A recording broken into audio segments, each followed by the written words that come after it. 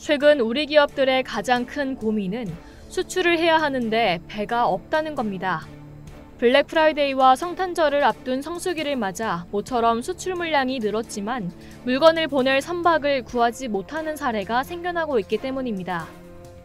이로 인해 중소기업들을 중심으로 모처럼 잡은 수출 계약을 놓칠 위기라고 합니다. 특히 수출 선박을 가장 구하기 힘든 곳은 미국이라고 하는데요. 많은 수출 기업들은 미국으로 보내는 운임이 올해 초보다 2배 넘게 뛰었지만 그마저도 배를 구하는 것도 힘든 상황이라고 합니다. 최근 미국 정부의 경기부양책 효과와 블랙 프라이데이와 성탄절 등 전통적인 성수기가 한꺼번에 겹치면서 일시적으로 화물이 증가했는데 미국으로 향하는 수출 선박 투입은 오히려 줄었기 때문입니다. 미국으로 가는 수출 선박을 구하기 힘든 이유는 크게 2가지입니다. 우선 글로벌 선사들이 코로나19로 인해 경기가 나빠져 물동량 감소를 우려해 운행 선박수를 줄였습니다.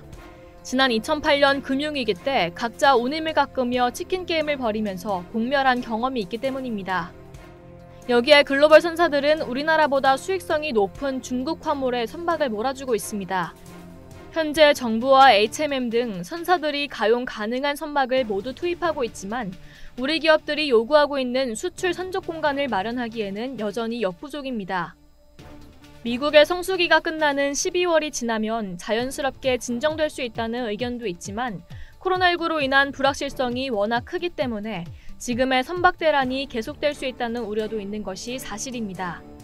한때 해운 강국으로 불리던 우리나라가 배를 구하지 못해 수출에 어려움을 겪는 이유는 무엇일까요? 전문가들은 3년 전 한진해운이 파산하면서 이런 상황은 이미 예견된 것이나 마찬가지라고 주장합니다.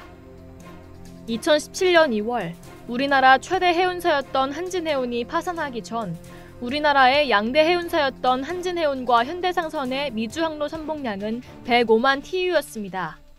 한진해운 파산 이후 미주 선봉량은 현대상선 몫인 46만 TU가 됐습니다. 절반 이상 줄어든 겁니다. 이후 해운 재건 정책이 추진되면서 현재 77만 TU까지 미주 선봉량을 늘렸지만 2016년 수준에도 미치지 못한 상황. 성장한 경제 규모를 고려하면 여전히 우리가 필요한 절반 정도의 선봉량밖에 가지지 못하고 있는 겁니다. 그렇다면 당시 한진해운은 왜 파산했을까요?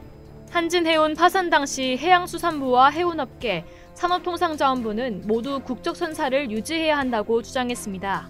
이유는 간단합니다. 수출이 중심인 우리나라의 수출 물량을 안정적으로 관리하기 위해서입니다.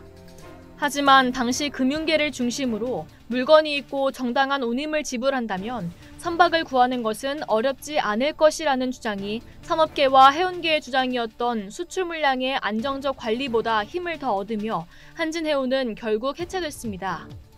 그리고 지금과 같이 보낼 물건은 많은데 선박이 부족할 때 영향력이 큰 국적선사가 줄어들어 국내 기업들의 운임 협상력을 더 낮췄습니다. 당시 운송 능력 감소가 지금 나비 효과가 돼 영향을 미치고 있는 겁니다. 그런데 우리 해운업계에 이 같은 한진해운 사태가 되풀이될 가능성이 최근 다시 제기되고 있습니다. 현재 해운업계는 최근 코로나19의 타격을 받으면서 여러 지원책으로 연명하고 있습니다.